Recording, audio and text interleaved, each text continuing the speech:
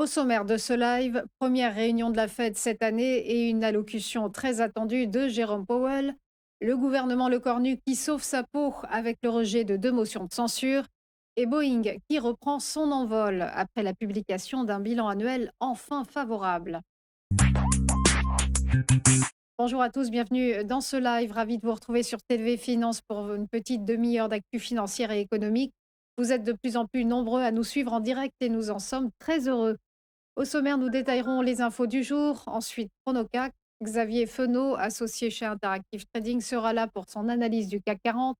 On terminera avec James Toiti, trader pour compte propre, analyste technique et chroniqueur financier indépendant, et ses conseils sur les market movers. On commence par trois infos à retenir et la première réunion de l'année pour la Fed qui se tient dans un contexte inédit. Si le consensus s'attend à un statu quo sur les taux, rarement les déclarations de Jérôme Powell auront été aussi attendues par les commentateurs. Le président de la Réserve fédérale américaine est en effet visé par une procédure du ministère de la Justice pouvant donner lieu à des poursuites pénales. Une enquête dénoncée solennellement par l'intéressé fustigeant une tentative d'intimidation de la Fed par le pouvoir Trump. Depuis un an, les tensions s'accumulent entre le président des États-Unis et Jérôme Powell, ce dernier étant accusé d'être trop attentiste pour faire baisser les taux directeurs de l'institution. Un bras de fer qui en a fait la cible de Donald Trump et qui multiplie les attaques verbales contre lui.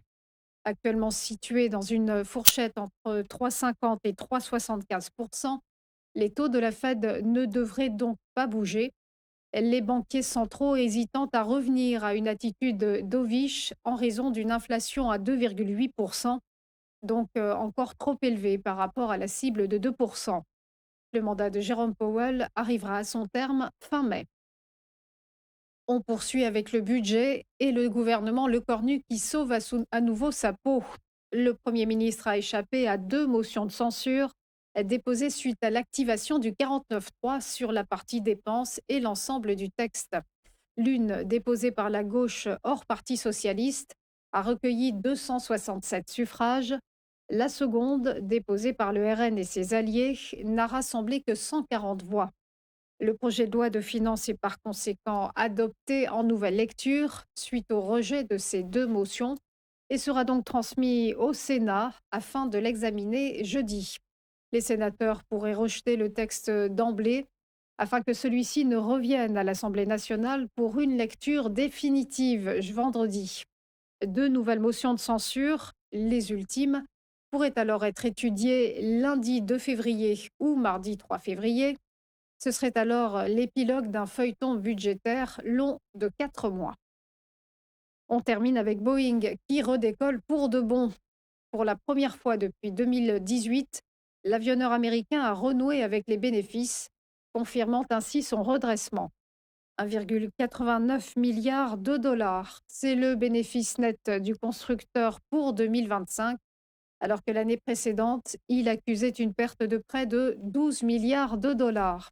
Une embellie rendue possible grâce à la cession de 10 milliards d'actifs, mais aussi en raison d'une reprise à la hausse du nombre des livraisons, avec 600 avions fournis en 2025. Le chiffre d'affaires, quant à lui, a progressé de 34%. Depuis 7 ans et les crashs de deux 737 MAX, Boeing a accumulé les incidents liés à la qualité de sa production. Le groupe a ainsi perdu plus de 35 milliards de dollars depuis 2019.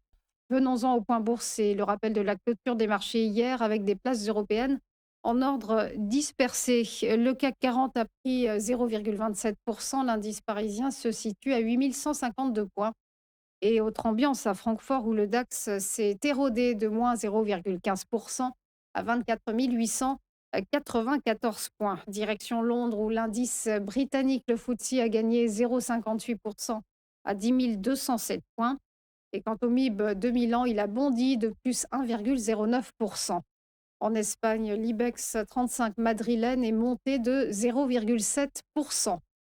On traverse l'Atlantique et à Wall Street, les indices ont terminé dans le désordre également. Le Dow Jones a reflué de moins 0,87%. Il s'établit à 49 003 points. Le S&P 500 s'est au contraire rehaussé de plus 0,41% à 6 978 points.